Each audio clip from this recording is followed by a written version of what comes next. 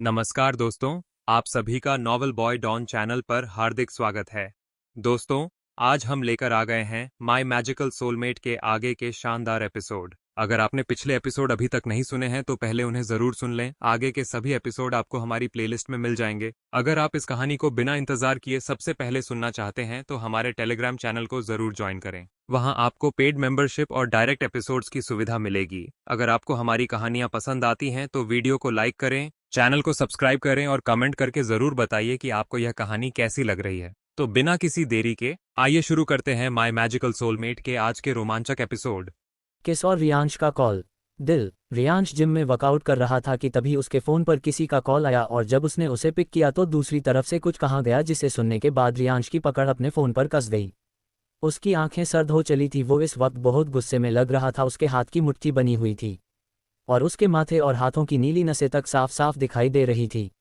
रियांश सारी बात सुनने के बाद उसी गुस्से से में बोला, उठा लो उसे, आई एम कमिंग देयर सून। इतना कहकर उसने बिना सामने वाले शख्स की बात सुने कॉल काट दिया। तभी उसकी नज़र रूही के मैसेज पर गई। उसे पढ़ने के बाद उसके चेहरे पर एक स्माइल आ गई। रियांश अपने आप से बड़बड़ाते हुए बोला, ये लड़की कभी नहीं सुधरेगी, पता नहीं कब इसके सर से ये प्यार नाम का भूत उतरेगा। बोलते हुए स्माइल करने लगा, लेकिन तभी उसे अभी थोड़ी देर पहले उस फ़ोन कॉल के बारे में याद आया और उसके चेहरे की स्माइल कहीं गायब हो गई और फिर से उसके चेहरे पर वही कोल्ड लुक फिर से आ गया। उसका चेहरा फिर से सख्त हो गया। उसने जल्दी से रूही सिर्फ ओके का मैसेज सेंड करके अपने रूम में चला गया। परिधि के कमरे में परिधि की नींद खिड़की से आ रही सूरज की किरणों से खुली। वो अपनी आंखें बच्चों की तरह मलते हुए उठकर बैठ गई और अपना सर खुजलाते हुए नासमझी में अपने आसपास देखने लगी। थोड़ी देर ऐसे ही पूरे रूम को स्कैन कर लेने के बाद उसे रियलाइज हुआ कि वो कहीं और नहीं बल्कि अपने कमरे में थी। परिधि याद करते हुए अपने आप से ही बड़बड़ाए, मैं तो कल रात गार्डन में घूमने के बाद में थक कर झूले पर बैठ गई थी और उसके बाद में वहीं सो गई थी। फिर मैं यहाँ अपने रूम में कैसे आई? उद्धरण चिन्ह। परिधि यही सोच रही थी कि उसे अचानक रियांश का ख्याल आया। जरूर वो शैतान ही मुझे यहाँ लाया होगा। उनके अलावा ये काम और कोई कर भी नहीं सकता हो। परिधि मुंह बनाते हुए बेड से उठी और फ्रेश होने चली गई। वहीं मेहरा मैंशन में रूही का रूम। रात के वक्त जो केविन और रूही के बीच जो पिलो की दीवार बनी हुई थी वो अब तक हट चुकी थी। सारे पिलो बेड पर और बेड के नीचे इधर उधर पड़े हुए थे और रूही केविन की बाहों में सुकून से सो रही थी।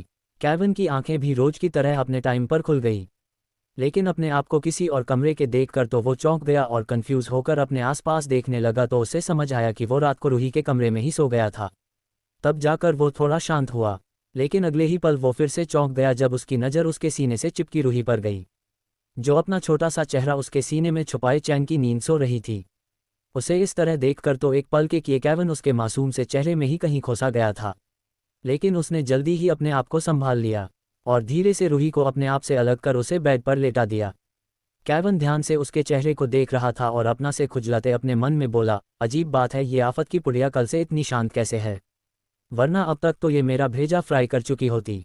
अपनी वही सारी बकवास बातें करके लगता शायद इसे अकला गई। चलो अच्छी बात है, कम से कम इसका वही प्यार का पुराण तो सुनने को नहीं मिलेगा। केविन ने अपने मन में उठ रहे सवाल का जवाब खुद ही देते हुए कहा और रूही को ब्लैंकेट से अच्छे से कवर कर रूम से बाहर चला गया। अपने रूम में आने के बाद केविन फ्रेश होकर अपने रोज के रूटीन के हिसाब से जिम में वर्कआउट करने चला गया। तकरीबन 1 घंटे बाद रूही उठी, लेकिन जब उसने अपने आसपास देखा तो उसे केविन पूरे कमरे में कहीं नहीं दिखा। उसने इस बारे में ज़्यादा ना सोचकर वॉशरूम में चली गई, क्योंकि उसे पता था कि केविन अभी जिम में वर्कआउट करने गया होगा। रूही रेडी होकर सीधा जिम एरिया में चली गई जो 3rd फ्लोर पर बना हुआ था, जहां जिम के साथ साथ एक बड़ा सा स्विमिंग पूल भी था। रूही जब जिम एरिया के अंदर पहुंची तो वहां केविन शर्टलेस होकर पुशअप कर रहा था, जिससे उसके बाइसेप्स, उभरी हुई मसल्स, 6 पैक एब्स और ऊपर से उसकी बॉडी का पसीने से तरबतर होना, उसके बाल पसीने की वजह से पूरे भीग चुके थे जिस पर से पानी टपक रहा था। इस वक्त वो काफ़ी हॉट नज़र आ रहा था। जो भी लड़की अगर उसे ऐसे देखती तो सीधा अपना दिल, अपनी पूरी जिंदगी उसे सौंप देती। वहीं केविन को उसे ऐसे देख तो रूही की मानो सांस ही उसके गले में अटक गई थी। वो तो बस मेस्मराइज्ड होकर केविन को बिना पल के झपकाए एकटक देखे जा रही थी। वहीं केविन का पूरा ध्यान सिर्फ अपने वर्कआउट पर ही पूरा फोकस था। उसे इस बात को एहसास ही नहीं हुआ कि वहाँ उसके अलावा कोई और भी है। रूही केविन को प्यार से देखते हुए अपने मन में बोली, हाय कितना हॉट लग रहा है ये, मन तो कर रहा है कि जाकर सीधे उसके सीने से लग जाऊं और उसे किस कर लूं। रूही अपने मन में अपने ही ख्याली पुलाव पका रही थी कि उतने में उसे केविन आवाज़ अपने कानों में सुनाई देने लगी, रूह तुम ये क्या कर रही हो? तुम्हें तो अभी अपने कमरे में होना चाहिए था ना, फिर तुम यहाँ कैसे? उद्धरण चिन्ह। केविन अब तक सीधा खड़ा हो चुका था और एक टॉवल से अपनी बॉडी पर को पसीना था उसे साफ कर रहा था कि तभी उसकी नज़र ग्लास गेट की तरफ गई जहां रूही बस उसे है घुरे जा रही थी। रूही को तो जैसे केविन की कोई बात सुनाई ही नहीं दे रही थी। वो तो बस उसे मदहोशी में देखे जा रही थी। वो ऐसे ही धीरे धीरे केविन की तरफ बढ़ने लगी। केविन को जब एहसास हुआ कि कोई उसके पास आ रहा है तो उसकी नज़र सीधी रूही पर जा टिकी। रूही को अपने पास आता देख एक पल के लिए तो केविन अपनी जगह पर जम सा गया, लेकिन अगले ही पल जब वो अपने सेंस में वापस आया और रूही से कुछ कहने ही वाला था कि उससे पहले रूही उसके बेहद करीब आ गई और अपने पैरों के जरिए थोड़ा सा ऊपर की ओर उठते हुए केविन के होंठों पर अपने होंठ रख देती है और किस करने लगती हैं, जिसे देख केविन तो पूरा का पूरा शॉक्ड ही रह गया था और वो अपनी आंखें हैरानी से फैलाए उसे ही देख रहा था। उसके दिमाग में तो मानो कुछ पल के लिए काम करना ही बंद कर दिया था। रूही को किस करना आता नहीं था पर वो फिर भी अपनी तरफ से पूरी कोशिश कर रही थी। लेकिन जैसे जैसे केविन को अपने होंठों पर रूही के नर्म होठों का स्पर्श महसूस होता है तो वो खुद भी धीरे धीरे अपना कंट्रोल खोने लगता है। केविन अपने एक हाथ से रूही की कमर को पकड़कर उसे एक झटके में अपनी तरफ खींचकर उसे पूरी तरह से खुद से चिपका लेता है और उसे किस करने लगता है। ये देख रूही खुश हो जाती हैं और वो भी उसका साथ देने लगती है। उन दोनों की ये किस अब धीरे धीरे और पैशनेट होती जा रही थी। केविन का एक हाथ रूही की कमर में उसके चारों ओर लिपटा हुआ था तो वहीं उसका दूसरा हाथ उसकी पूरी बॉडी पर घूम रहा था। केविन रूही के होंठों को पागलों की तरह चूमते हुए अपने दूसरे हाथ को धीरे धीरे उसकी पीठ पर से उसकी कमर फिर उसकी टी शर्ट के अंदर चला जाता है और उसके पेट को प्यार से सहलाने लगता है। रूही को उससे थोड़ी सी गुदगुदी हो रही थी लेकिन वो आज केविन से एक सेकंड के लिए भी दूर नहीं जाना चाहती थी, इसीलिए वो केविन से कुछ नहीं कहती और जो वो कर रहा था उसे वो करने दे रही थी। केविन का हाथ धीरे धीरे रूही के पेट पर से होते हुए ऊपर की ओर जाता है जिसे फिल करते ही रूही के तो रोंगटे ही खड़े हो जाते हैं। एक पल के लिए तो वो सांस लेना ही भूल गई थी, लेकिन वो केविन को रोक पाती उससे पहले उसे अपने कानों में केविन की आवाज़ सुनाई दी।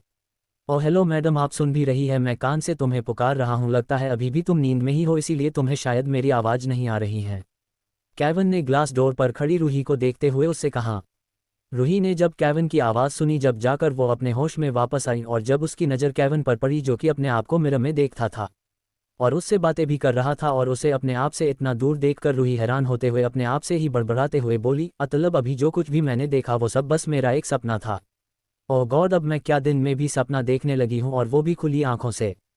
सच में यार, मैं इस बेवकूफ़ गधे के प्यार में धीरे धीरे पागल होती जा रही हूँ। पहले तो सिर्फ रात में ही इसके सपने देखा करती थी लेकिन अब तो दिन में भी सपना देखने लगी हूँ। पता नहीं क्या होगा मेरा। उद्धरण चिन्ह। रूही अजीब सा मुंह बनाकर मन ही मन में ये सारी बातें बोले जा रही थी। केविन फिर से उसे अपने आप में ही गुम देख लाचारी में अपना सर हिला देता है। कुछ नहीं हो सकता इस लड़की का, केविन ने अपने मन ही मन में कहा और रूही को अपने ख्याली दुनिया में छोड़कर उसकी बाजू से होते हुए अपने कमरे में चला गया। वहीं रूही जब अपने होश में वापस आई और केविन को वहां पाकर अपने आप से ही बोली, अब ये कहाँ चला गया। उद्धरण चिन्ह। रूही फ्रस्ट्रेट होकर अपने पैर को पटकते हुए वहां से अपने कमरे में चली जाती है। वहीं केविन के कमरे में केविन फ्रेश होकर बाथरोब पहने टॉवल से अपने बालों को पोंछते हुए रूम में वापस आता है और जैसे ही वो चेंजिंग रूम में जाने वाला था कि उसके फ़ोन पर रियांश का कॉल आने लगा। केविन कॉल रिसीव करते हुए थोड़ा मजाकिया अंदाज में बोला, क्या बात है भाई, आज तुझे इतनी सुबह सुबह मेरी याद कहाँ से आ गई? मुझे तो लगा था कि परिधि किसे के बाद। केविन उसके आगे और कोई बकवास कर पता उससे पहले रियांश की कॉल्ड वॉइस उसके कानों में पड़ी और वो इस वक्त बिल्कुल भी मजाक के मूड में नहीं लग रहा था, जो केविन को फ़ोन की इस तरफ भी अच्छे से समझ आ रहा था। अब वो भी सीरियस हो जाता है और रियांश उसे वही सब बताता है जो उसे कॉल पर बताया गया था। सारी बात जानने के बाद केविन का भी वही रिएक्शन था जो रियांश का था। उसके चेहरे पर भी गुस्से के भाव नजर आने लगे थे। रियांश की डेविल साइड। दिल। केविन रियांश का कॉल रिसीव करते हुए थोड़ा मजाकिया अंदाज में बोला, क्या बात है भाई, आज तुझे इतनी सुबह सुबह मेरी याद कहाँ से आ गई? मुझे तो लगा था कि परिधि के आ जाने के बाद। केविन उसके आगे और कोई बकवास कर पता उससे पहले रियांश की कॉल्ड वॉइस उसके कानों में पड़ी और वो इस वक्त बिल्कुल भी मजाक के मूड में नहीं लग रहा था, जो केविन को फ़ोन की इस तरफ भी अच्छे से समझ आ रहा था। अब वो भी सीरियस हो जाता है और रियांश उसे वही सब बताता है जो उसे कॉल पर बताया गया था। सारी बात जानने के बाद केविन का भी वही रिएक्शन था जो रियांश का था। उसके चेहरे पर भी गुस्से के भाव नजर आने लगे थे। केविन सारी बात सुनने के बाद अपनी कोल्ड वॉइस में बोला, आई एम कमिंग। इतना कहकर केविन ने कॉल कट कर दिया और चेंज करके रूही के लिए मैसेज छोड़ने के बाद अपनी कार लेकर मैंशन से चला गया। रूही जब अपने कमरे से बाहर निकलकर हॉल में आई तो उसे केविन वहां नहीं दिखा। तभी वहां उस घर की हेड सर्वेंट शोफिया आती है और पूरे रिस्पेक्ट के साथ वो रूही के सामने अपना सर झुकाते हुए बोली, गुड मॉर्निंग मिस। रूही ने उनकी तरफ देखते हुए स्माइल करते हुए बोली, गुड मॉर्निंग शोफिया आंटी, वैसे केविन कहाँ है? वो कहीं नजर नहीं आ रहा। रूही ने अपने आसपास देखते हुए कहा, जिस पर शोफिया आंटी जवाब देते हुए बोली, वो एक्चुअली मिस सर को एक अर्जेंट काम से बाहर जाना पड़ा, लेकिन उन्होंने आपके लिए एक मैसेज छोड़ा है कि आप शाम तक कपूर मैंशन पहुंचे और वो भी अपना काम खत्म करके आपको वहीं मिलेंगे। रूही ने बस ओके कहा और डाइनिंग टेबल पर जाकर ब्रेकफास्ट करके अपने रूम में चली गई और अपना लैपटॉप ऑन करके अपने प्रोजेक्ट पर काम करने लग गई। वहीं कपूर मैंशन में रियांश भी बिना ब्रेकफास्ट किए अपनी गुड़िया से मिलकर मैंशन से अपनी कार लेकर चला गया। परिधि ने परी को ब्रेकफास्ट कराया और उसे लेकर हॉल में आ गई और दोनों बैठकर टीवी पर कार्टून देखने लगे कि तभी वहां मैरी आंटी वहीं आ गई और उन दोनों को देखने लगी, जो बड़े मजे से टीवी देख रही थी और बच्चों की तरह दोनों खुश हो रही थी।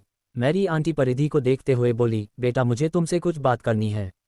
उद्धरण चिन्ह। परिधि ने मैरी आंटी को कंफ्यूज होकर एक नज़र देखा, फिर परी को वहीं बैठने का बोल उठकर मैरी आंटी के सामने जाकर खड़ी हो गई।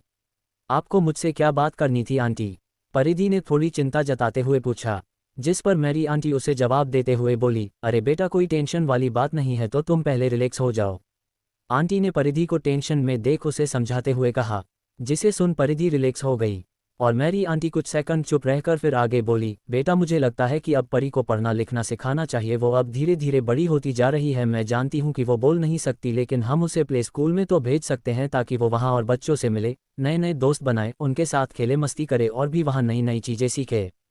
उद्धरण चिन्ह। परिधि को मैरी आंटी की बात सही लगी, लेकिन उसे ये समझ नहीं आ रहा था कि ये बात वो उसे क्यों कह रही थी। अगर उन्हें इस बारे में बात करनी ही है तो वो तो रियांश से करनी चाहिए, ना कि उससे। परिधि कंफ्यूज होकर बोली, आंटी आपकी बात तो सही है, लेकिन आप ये मुझसे क्यों कह रही है? आपको तो इस बारे में परी के पापा से बात करनी चाहिए ना, तो आप जाकर उनसे क्यों नहीं कहती? वो आपकी बात से सहमत जरूर होंगे।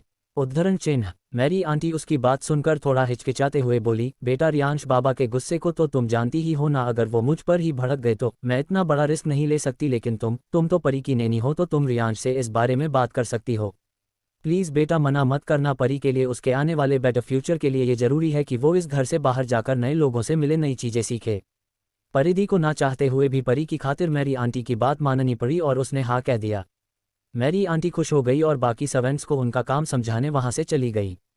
वहीं परिधि अब अपना सर पकड़कर सोफे पर बैठ गई और ये सोचने लगी कि वो रियांश से इस बारे में कैसे बात करे। शहर के बाहर जंगल के अंदर बने एक फार्म हाउस के बेसमेंट के अंदर एक आदमी को चेन से बांधा हुआ था। उस देख ऐसा लग रहा था जैसे उसे बहुत मारा पीटा गया हो। उसकी बॉडी के जगह जगह से खून निकल रहा था और उसके कपड़े भी कहीं कहीं से फटे हुए थे। वहीं उसके ठीक सामने दो किंग साइज के डिजाइनिंग लेदर के सोफा पर रियांश और केविन किसी राजा की तरफ एक पैर पर अपना दूसरा पैर रखे हुए बैठे थे। केविन रिलैक्स होकर अपने फ़ोन को चलाने में बिजी था, तो वहीं रियांश उस आदमी को अपने कोल्ड एक्सप्रेशन लिए उसे घूर कर देख रहा था। वो आदमी रियांश को ऐसे अपने आप को देखता पाकर और थर थर कांप रहा था, क्योंकि उसे अच्छे से पता था कि उसके सामने बैठा ये शख्स कोई आम आदमी नहीं था। ये खुद अंडरवर्ल्ड के लोगों से कनेक्टेड था, जो अपने मन के मर्जी का मालिक था और जो अपने उसूलों और वादों का पक्का था, जो दुनिया के लिए एक हार्टलेस इंसान था, जो अपने क्रूरता और बेरहमी के लिए मशहूर था। और वो आदमी ये सोच सोच कर डर से कांप रहा था कि रियांश उसके साथ क्या करेगा। रियांश उसे देखते हुए अपनी रोबदर आवाज में धीरे से लेकिन कोल्डली बोला, मैंने तुमसे कहा था ना कि ह्यूमन ट्रैफिकिंग करना और ये ड्रग्स डीलिंग का काम छोड़ दे, लेकिन तू नहीं माना। ऊपर से तुमने उस लड़कियों को ड्रग्स की ऐसी लत लगवा दी कि वो लड़कियां ड्रग्स के लिए कुछ भी करने को तैयार हो गई, इवन अपने आप को किसी और को सौंपने के लिए भी तैयार हो गई। रियांश के ये सब कहते वक्त उसके चेहरे पर नफरत और बेतहाशा गुस्सा नजर आ रहा था।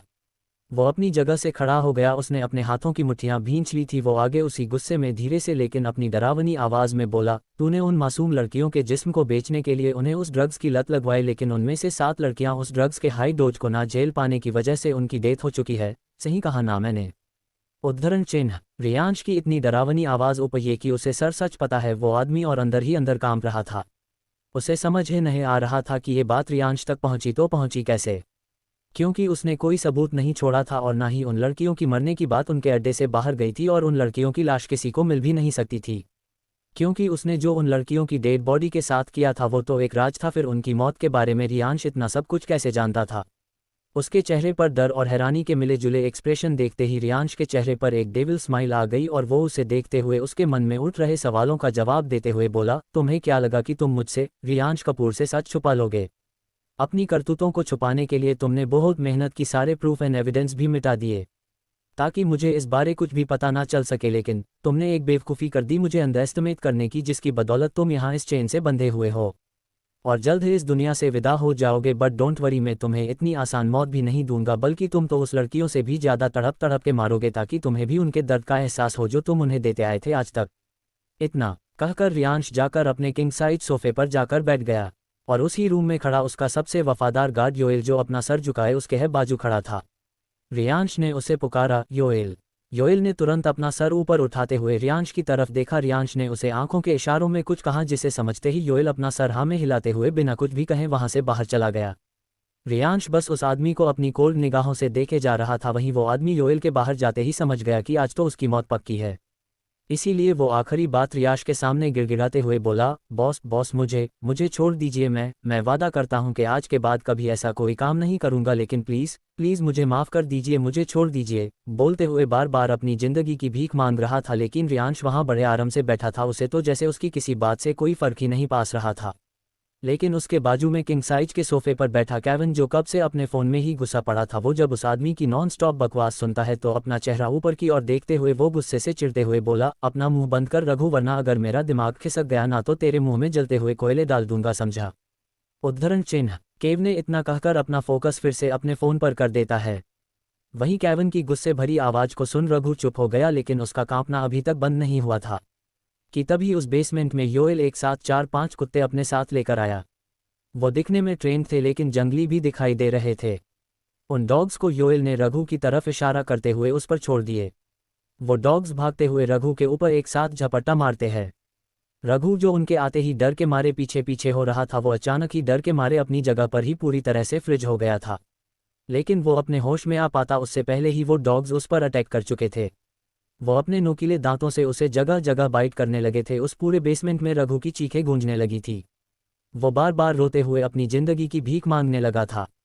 उसे छोड़ने को कह रहा था, लेकिन भला उसकी किसी बात से वहां किसे कोई फर्क पड़ने वाला था। वहीं रियांश उसे इस तरह देखकर डेविल स्माइल देते हुए अपने मन में बोला, अभी तो बस ये शुरुआत है, अभी तो तुम्हें और भी बहुत कुछ झेलना बाकी है। उद्धरण चिन्ह टू बी कंटिन्यूड। तो आखिर रियांश रघु के साथ आगे क्या करने वाला है और क्या होगा जब रूही परिधि से मिलेगी? रघु की दर्दनाक मौत और रूही का कपूर मैंशन जाना। दिल। वो 5 डॉग्स भागते हुए रघु के ऊपर एक साथ झपट्टा मारते हैं।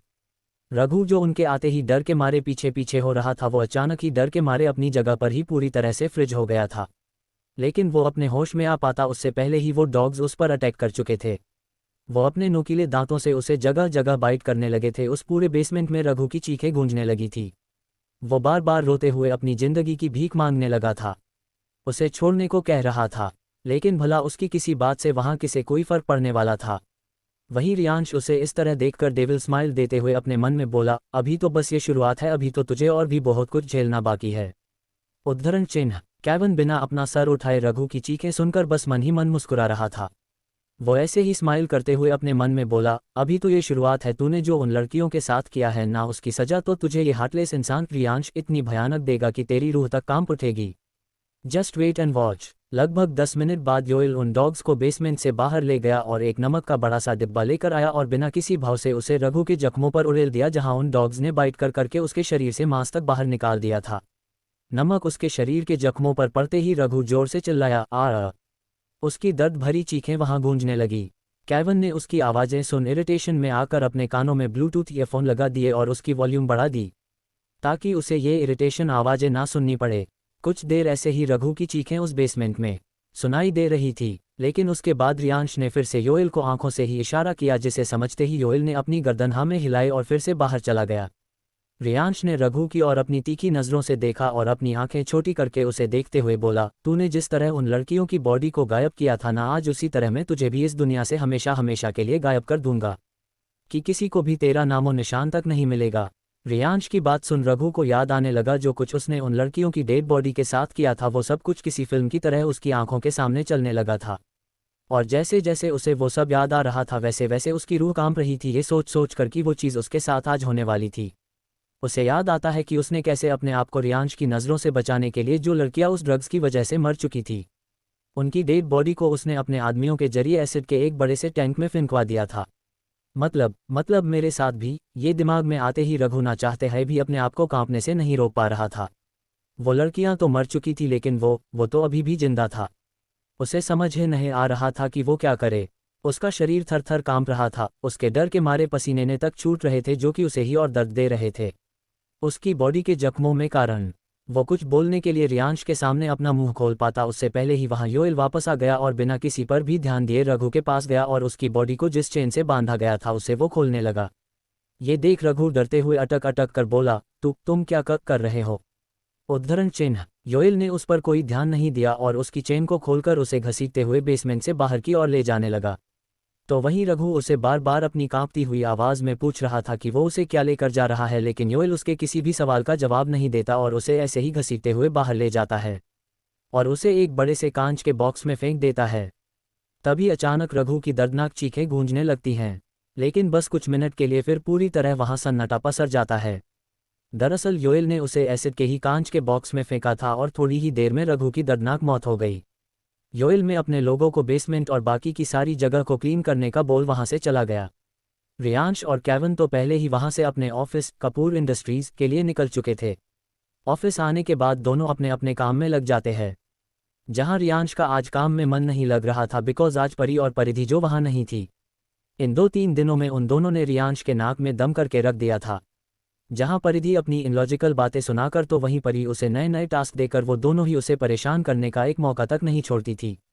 और ये सब याद करते हुए रियांश को आज ऑफिस में उन दोनों की कमी सी महसूस हो रही थी, यहाँ तक कि उसे तो आज लंच करने का भी मन नहीं कर रहा था। इसीलिए उसने फिर से अपना फोकस काम पर लगाने की कोशिश की। तो वहीं केविन अपने काम में बिजी था और जब लंच तुम हुआ तो उसने अपना कहाँ अपने केबिन में ही मंगवा लिया ताकि उसे कैंटीन ना जाना पड़े। खाना आते ही वो जैसे ही उसे खाने वाला था कि उसे अचानक रूही का ख्याल आया। क्या रूह ने लंच किया होगा? केविन ने अपने आप से ही बड़बड़ाते हुए कहा। फिर कुछ सोचकर अपने सवाल का जवाब खुद ही देते हुए चिढ़कर बोला, भला मैं उस आफत के खाने की चिंता क्यों कर रहा हूँ? वो कोई दूध पीती बच्ची थोड़ी ना है जिसे अपने हाथों से खाना खिलाना पड़े। खा लिया होगा और नहीं भी खाया होगा तो जब भूख लगेगी तब खा लेगी, मुझे क्या? फिलहाल तो मुझे बड़ी भूख लगी है। उद्धरण चिन्ह। केविन ने कहने के लिए भले ही कह दिया था लेकिन उसके दिमाग से रूही का ख्याल था कि जा ही नहीं रहा था। वो खाना खाना तो चाहता था लेकिन रूही के बारे में सोचते ही रुक जाता था। जब वो सोच कर फ्रस्ट्रेटेड हो गया तो उसने सीधा अपने मेंशन का लैंडलाइन नंबर डायल कर दिया। 2 रिंग में ही सोफिया आंटी ने कॉल रिसीव करते हुए कहा, हेलो। Hello aunty. केविन की आवाज़ सुनते ही सोफिया आंटी थोड़ा हैरान होते हुए बोली, सर आप आपने इस वक्त कॉल किया, सब कुछ ठीक तो है ना? कोई परेशानी है क्या? या आपको कुछ चाहिए या मुझसे कोई? इससे पहले कि सोफिया आंटी आगे कुछ भी कह पाती कि केविन उन्हें बीच में ही टोकते हुए बोला, अरे आंटी रिलैक्स, कोई प्रॉब्लम नहीं है, मैंने बस ये जानने के लिए फ़ोन किया था कि वो वो रूही ने सुबह से कुछ खाया पिया है कि नहीं?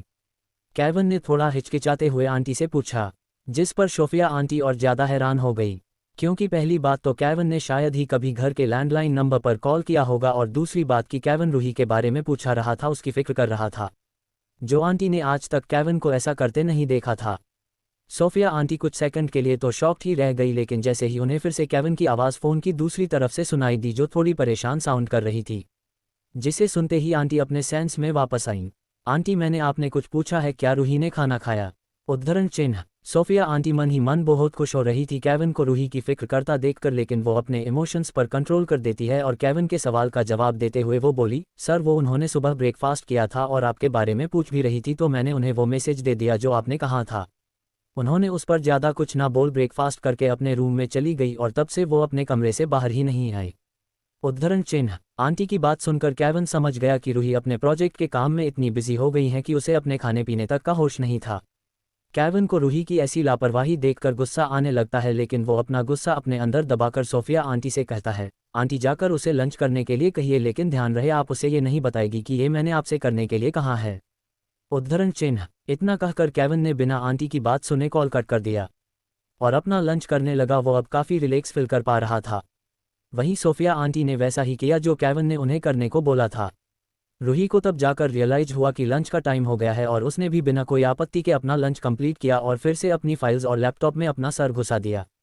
और ऐसे ही शाम हो गई जहां रियांश और केविन दोनों कपूर मेंशन के लिए निकल जाते हैं, तो वहीं रूही अपना लगेज लेकर केविन के मेंशन से रियांश के मेंशन के लिए निकल जाती है। क्योंकि वो अपने भाई को आधी रात में परेशान नहीं करना चाहती थी, इसीलिए वो केविन के साथ उसके मेंशन आई थीं। लेकिन अब वो अपने भाई के घर यानी अपने घर जा रही थीं। To be continued. तो क्या होगा जब रूही परिधि को कपूर मेंशन में देखेगी और कैसा होगा उसका रिएक्शन? रूही का शॉक्ड होना, दिल, रियांश और केविन कपूर मैंशन आ जाते हैं और दोनों अपने अपने कमरे में चले जाते हैं। वहीं परिधि जो अपने रूम में बैठी थी, जब उसे एक मेड से पता चलता है कि रियांश घर आ चुका है तो वो अपने मन में बोली, मतलब वो राक्षस वापस आ गया, अब मैं क्या करूं? क्या उसके पास जाकर उससे परी के एडमिशन के बारे में बात करूं या फिर रहने दूं? लेकिन बात परी के फ्यूचर की है, उसके आने वाले कल की है। मैं सिर्फ उस राक्षस की वजह से उस छोटी सी बच्ची के आने वाले फ्यूचर के साथ कोई रिस्क नहीं ले सकती, मुझे उससे बात करनी ही होगी, बाकी सब ऊपर वाले के हाथ में है। परिधि ने एक लंबी गहरी सांस ली और अपने रूम से बाहर निकल गई। रियांश फ्रेश होकर लिविंग रूम में आया और सोफे पर जाकर बैठ गया, जहां परी अपने टेडी बियर से खेल रही थी। रियांश के वहां आते ही परी ने मुंह फुलाकर अपना चेहरा दूसरी तरफ कर दिया। ये देख रियांश कंफ्यूज हो गया कि उसकी लिटिल प्रिंसेस उससे इतनी नाराज क्यों है, जो उसे देखते ही अपना चेहरा दूसरी ओर कर दिया। रियांश ने परी की ओर देखा और जैसे ही वो उसे छूने वाला था कि परी मुंह फुलाए ही सोफे से उठकर जाने लगी। लेकिन भला रियांश अपनी प्रिंसेस की नाराजगी के पीछे की वजह जाने बिना उसे कैसे वहां से जाने दे सकता था। रियांश अपनी जगह से खड़ा हुआ और जाती हुई परी को अपनी गोद में उठाकर वापस सोफे पर बैठ गया और प्यार से उसके गाल पर अपना एक हाथ रखकर थोड़ा परेशान होते हुए बोला, क्या हुआ बच्चा? आप मुझे यूं इग्नोर क्यों कर रहे हो? क्या आप मुझे गुस्सा हो? उद्धरण चिन्ह। रियांश का सवाल सुन परी की आंखें हल्की नम हो गईं और वो उसकी और मासूमियत से देखते हुए अपनी गर्दन हाँ में हिला देती है। तो रियांश ने फिर सवाल पूछा, लेकिन मैंने किया क्या है जो आप मुझे गुस्सा हो गए हो? उद्धरण चिन्ह। परी ने एक फोटो फ्रेम की ओर इशारा किया जो कि सीट टेबल पर रखी थी और वो फोटो किसी और की नहीं बल्कि रियांश की ही थी। रियांश ने जब उस फ्रेम को एक नज़र देखा फिर उसे अपने दूसरे हाथ से उठाकर परी को थमा दिया। रियांश को समझ नहीं आ रहा था कि परी उसे क्या बताना चाह रही थी, इसीलिए वो अभी भी कंफ्यूज चेहरे से उसे ही देखे जा रहा था। परी ने रियांश के फोटो फ्रेम के बैकग्राउंड की तरफ इशारा किया जो कि रियांश के ऑफिस के केबिन का था। परी रियांश को बता ही रही थी कि उसकी नज़र सीढ़ियों से नीचे उतर रही परिधि पर पड़ी और उसने वापस अपनी नज़रें अपने पापा की ओर करके पहले रियांश की फोटो फ्रेम के बैकग्राउंड की और फिर अपनी और परिधि की और अपनी फिंगर पॉइंट करते हुए इशारा किया। फिर अपने दोनों हाथों को बांधकर फिर से अपना मुंह फुला लिया। वो ऐसे और भी ज़्यादा क्यूट लग रही थी। रियांश को परी के इशारों को समझते देर नहीं लगी और उसे उसके गुस्से होने का रीजन समझ आ गया। दरअसल वो उससे इसीलिए गुस्सा थी क्योंकि आज रियांश उसे और परिधि को अपने साथ ऑफिस नहीं ले गया था। लेकिन रियांश फिर भी इस बात को कंफर्म करने के किए परी का चेहरा अपनी तरफ कर प्यार से बोला, तो आप इसलिए गुस्सा हो मुझसे बिकॉज मैं आपको और आपकी एंजल को अपने साथ ऑफिस नहीं ले गया, है ना? उद्धरण चिन्ह। परी ने मासूमियत से अपनी गर्दन जोर जोर से हाँ में हिलाई, जिसे देख रियांश के चेहरे पर स्माइल आ गई। तब तक परिधि भी उन दोनों के पास आ गई थी। वो जस्ट रियांश के सोफे के पास ही खड़ी थी जहां वो बैठा था। रियांश परी को प्यार से समझाते हुए बोला, वो एक्चुअली बच्चा मुझे एक बहुत इंपॉर्टेंट काम की वजह से पहले कहीं और जाना था, उसके बाद ऑफिस, बस इसी वजह से मैं आपको अपने साथ आज ऑफिस नहीं लेकर गया। सो आई होप कि आप अपने पापा की सिचुएशन को समझोगे। परी अपने पापा की बात सुनकर एक बड़ी स्माइल करती है और उनके गले लग जाती हैं और रियांश भी खुशी खुशी उसे गले लगा लेता है। परी सिर्फ कहने के लिए छोटी थी लेकिन उसे समझ सब आता था और ये बात भी उसे बहुत अच्छे से पता थी कि उसके पापा बिना किसी रीजन के कुछ नहीं करते। अगर सच में कोई इंपॉर्टेंट काम नहीं होता तो उसके पापा उसे अपने साथ लिए बिना नहीं जाते। परी अपने पापा की सिचुएशन समझते हुए अपना सारा गुस्सा भूल जाती है। वहीं उनके पास खड़ी परिधि उनका आपस में इतना प्यार देखकर उसके चेहरे पर भी स्माइल आ जाती है। रियांश परी को गले लगाए हुए ही था कि उसकी नज़र अपने बाजू में खड़ी परिधि पर गई। उसने उसे इशारों में ही पूछा, क्या हुआ, तुम्हें कुछ काम था क्या? उद्धरण चिन्ह। परिधि उसका इशारा समझ गई और थोड़ा हिचकिचाते हुए बोली, वो मुझे आपसे कुछ बात करनी थी। उद्धरण चिन्ह। रियांश ने मेरी आंटी को बुलाया और परी को उनके साथ गार्डन में भेज दिया और परिधि के सामने खड़ा होकर अपने वहीं एक्सप्रेशन लेस चेहरे के साथ अपनी कोल्ड वॉइस में बोला, बोलो क्या बात करनी थी? उद्धरण चिन्ह। रियांश का सवाल परिधि को किसी धमकी की तरह सुनाई दे रहा था। उसके इस तरह पूछने का वजह से परिधि डर गई और डर के मारे थोड़ा पीछे हो गई, लेकिन गलती से उसका पैर फिसल गया और वो नीचे गिरने ही वाली थी कि रियांश ने तुरंत आगे बढ़कर उसकी कमर को अपने एक हाथ से थाम लिया। परिधि ने तो डर के नाते अपनी आंखें ही बंद कर दी थी, लेकिन जब उसे लगा कि वो भी के नहीं गिरी तो हैरान होते हुए उसने सब आंखें एक झटके के खोल दी और आंखें खुलते ही उसे अपने ठीक सामने रियांश का चेहरा नजर आया। उन दोनों के चेहरे एक दूसरे के इतने पास थे कि उन्हें एक दूसरे की सांसें तक अपने चेहरे पर महसूस हो रही थी। वो दोनों बस एक दूसरे की आंखों में ही कहीं खो गए थे। तभी उसी वक्त रूही घर के अंदर आए और खुशी के मारे जोर से चिल्लाते हुए बोली, भाई आई एम बैक होम। इससे पहले कि रूही अपनी बात पूरी भी कर पाती वो अपने सामने का नज़ारा देख शॉक्ड हो जाती है। उसकी आगे की बात तो मानो उसके गले में ही अटक जाती है और वो अपना मुंह खोले आंखें फाड़े बस एकटक अपने भाई और उसकी बाहों में झुल रही परिधि को ही देखे जा रही थी। रियांश और परिधि की नोकझोंक। दिल, रियांश का सवाल परिधि को किसी धमकी की तरह सुनाई दे रहा था।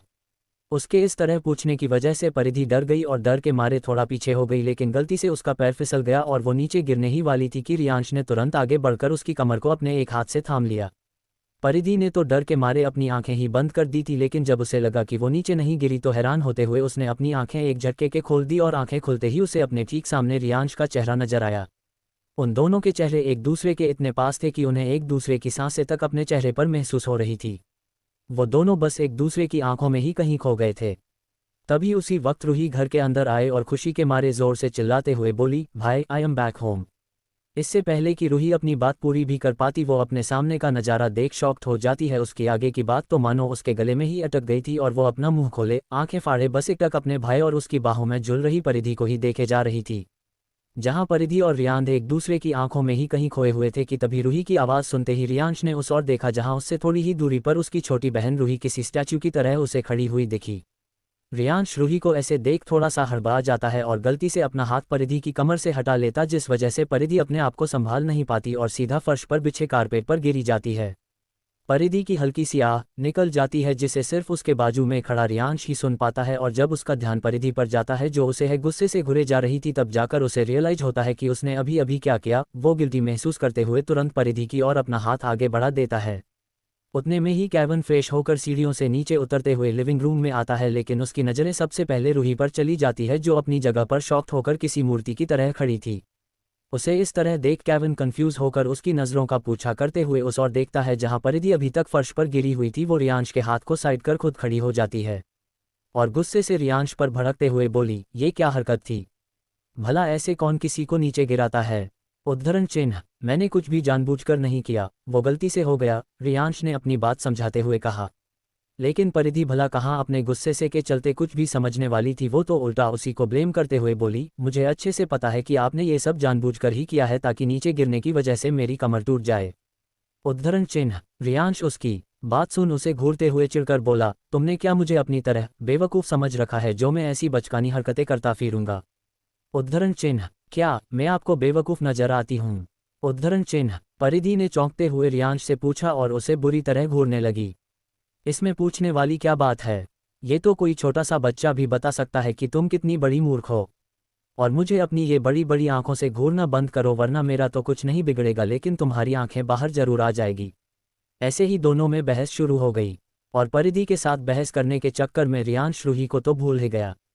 वहीं केविन भी उन दोनों को ऐसे देख कुछ सेकंड के लिए तो वो खुद भी हैरान रह गया, और होता भी क्यों नहीं, रियांश कपूर अपने नेचर से उलट किसी लड़की के साथ बहस जो कर रहा था।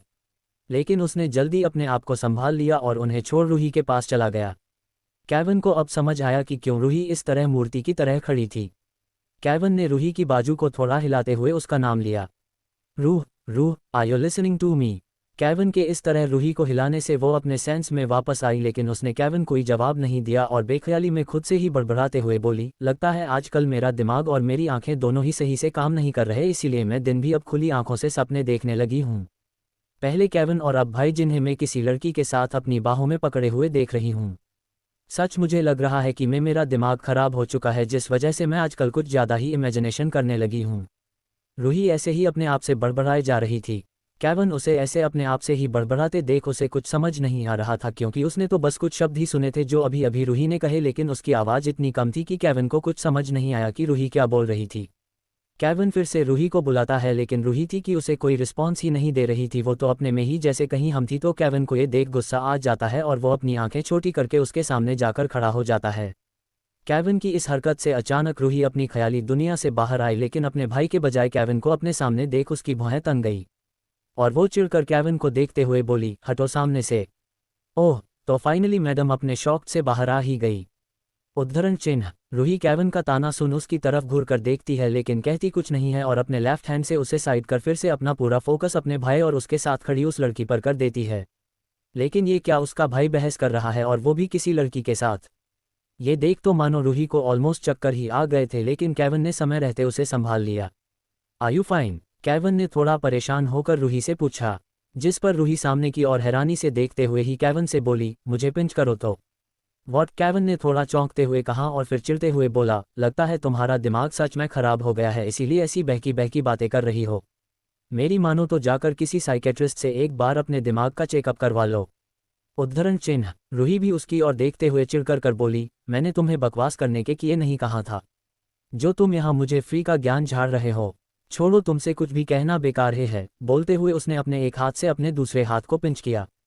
आउच! उसके मुंह से हल्की सी आवाज निकल गई, जिस पर रूही दर्द से नहीं बल्कि खुश होते हुए अपने आप से फिर से बड़बड़ाते हुए बोली, मतलब ये कोई ड्रीम नहीं है बल्कि हम सबका ड्रीम सच हो चुका है। ये रूही ने खुशी के मारे लगभग उछलते हुए कहा। जहां अब तक केविन और वो बहुत धीरे से बात कर रहे थे, वहीं रूही ने खुशी के मारे कुछ ज्यादा ही जोर से चिल्ला दिया, जिसे रियांश और परिधि भी सुन लेते हैं। और तब जाकर उन दोनों का ध्यान उसकी ओर जाता है, जो कब से एक दूसरे के साथ बहस करने में इतने बिजी हो गए थे कि उन्होंने रूही पर कोई ध्यान ही नहीं दिया। रूही खुश होकर रियांश के तरफ आते हुए बोली, वाह भाई, आपने किसी लड़की को पटा लिया। आई एम श्योर जब मोम डैड और दादू को इस बारे में पता चलेगा तो वो बहुत खुश हो जाएंगे। उद्धरण चिन्ह। रूह, तू ये कैसी लैंग्वेज का यूज कर रही है? उद्धरण चिन्ह। रियांश ने अपनी नाराजगी जताते हुए थोड़ा गुस्से में कहा, जिस पर रूही बेफिक्री से बोली, अरे लैंग्वेज को गोली मारो। बोलते हुए उसने रियांश को साइड कर दिया और एक बड़ी सी स्माइल करते हुए सीधा परिधि के गले लग गई। ये देख सिर्फ परिधि ही नहीं बल्कि रियांश और केविन भी हैरान थे। उन्हें भी समझ नहीं आया कि रूही कर क्या रही है। रूही परिधि से अलग होकर अपना इंट्रोडक्शन देते हुए बोली, हाय, आई एम रूही कपूर, रियांश भाई की छोटी बहन। रूही ने स्माइल करते हुए अपना एक हाथ आगे बढ़ाया, जिस पर परिधि ने भी स्माइल करते हुए उससे हाथ मिलाते हुए कहा, हेलो, मेरा नाम परिधि है। उद्धरण चिन्ह। ओ परिधि, नीस टू मीट यू। वो दोनों अपनी बातों में लग गई, जिसे देख रियांश चिढ़ गया और रूही को देखते हुए बोला, तूने आते ही अपनी एक नई दोस्त बना ली और मेरा क्या? एक बार भी तू मुझसे गले तक नहीं मिली और ना ही मुझसे ढंग से बात की। रियांश की आवाज़ में नाराज़गी और थोड़ा बहुत गुस्सा भी झलक रहा था। ओहो भाई, इसमें इतना गुस्सा करने वाली कौन सी बात है? और वैसे भी आपकी वो हमेशा वाली बिना कोई एक्सप्रेशन की सड़ी हुई शक्ल देखने से तो अच्छा है कि मैं परिधि से ही थोड़ी देर बात कर लूँ। ओके, तो मैं उसे लेकर जा रही हूँ और साथ ही अपनी लिटिल प्रिंसेस से भी मिल लूँगी। उद्धरण चिन्ह। इतना कहकर रूही परिधि का हाथ पकड़कर उसे अपने साथ उसके कमरे में ले गई। वहीं अपनी बेइज्जती अपनी ही बहन के मुंह से सुनने के तो रियांश बाद हैरानी से उसे देखता ही रह गया और वो अपनी आंखें छोटी करके उन दोनों को पीछे से ही अपनी खा जाने वाली नज़रों से घूरने लगा। वहीं केविन रियांश की ऐसी हालत पर अपने मुंह पर हाथ रख अपनी हंसी को रोकने की कोशिश कर रहा था। तभी रियांश ने उसकी ओर गुस्से से घूर कर देखा तो केविन थोड़ा खांसते हुए, मैं अभी आया, बोलकर वहां से 9-2-11 हो गया। अब वहां सिर्फ रियांश ही बचा था तो वो भी गुस्से में अपने कमरे में चला गया। रात के 8 बजे डाइनिंग टेबल पर एक एक करके सब सा गए और उतने में क्रिश भी वहां आ गया और रूही को देखते ही उसके चेहरे पर एक बड़ी दी स्माइल आ गई और वो उसके पास जाकर उसे गले लगाते हुए बोला, कैसी है मेरी शेरनी? उद्धरण चिन्ह डॉट। अरे भला मुझे क्या होना है? बल्कि बहुत कुछ तो उन लोगों के साथ होता है जो मुझसे पंगा लेता है। रूही ने हंसते हुए क्रिश को जवाब दिया, जिस पर क्रिश भी मुस्कुराते हुए उसकी हाँ में हाँ मिलाते हुए बोला, हाँ, ये बात तूने बिल्कुल सही कही। वैसे तू बता, तू कैसा है और तेरी फिल्म्स की शूटिंग कैसी चल रही है? रूही ने पूछा, जिस पर क्रिश जवाब देते हुए बोला, मैं भी ठीक हूँ और मेरी फिल्म की शूटिंग भी बहुत अच्छे से चल रही है। इन शॉर्ट मेरी लाइफ में फ़िलहाल कोई प्रॉब्लम नहीं है। उद्धरण चिन्ह। दोनों ऐसे ही बातें करते हुए बाकी सबके साथ खाना खाने बैठ जाते हैं। खाना खाने के बाद सब अपने अपने कमरे में चले जाते हैं। केविन और क्रिश भी आज कपूर मैंशन में ही रुक गए थे। लगभग रात के 1 बजे किसी ने धीरे से केविन का रूम खोला और अंदर आकर उसे लॉक लगा दिया और धीरे धीरे केविन के पास जाकर खड़ा हो गया और उसे गुस्से से घूरने लगा। To be continued. तो आखिर कौन है ये शख्स और क्यों वो केविन के कमरे में आया है और उसे ऐसे गुस्से से घूर रहा है? दोस्तों, आज के इस एपिसोड में बस इतना ही। अगर आपको यह कहानी पसंद आई हो तो वीडियो को लाइक करें और कमेंट करके ज़रूर बताइए कि आपको आज का एपिसोड कैसा लगा। अगर आप ऐसी ही शानदार कहानियां आगे भी सुनना चाहते हैं तो सब्सक्राइब ज़रूर करें और बेल आइकन दबाना न भूलें ताकि कोई भी नया एपिसोड आपसे मिस ना हो। और अगर आप अगले एपिसोड सबसे पहले सुनना चाहते हैं तो हमारे टेलीग्राम चैनल को ज्वाइन करें। वहां पेड मेंबरशिप के माध्यम से आपको नए एपिसोड सबसे पहले उपलब्ध कराए जाते हैं। तो मिलते हैं अगले रोमांचक एपिसोड में। तब तक के लिए धन्यवाद। अपना ख्याल रखिए।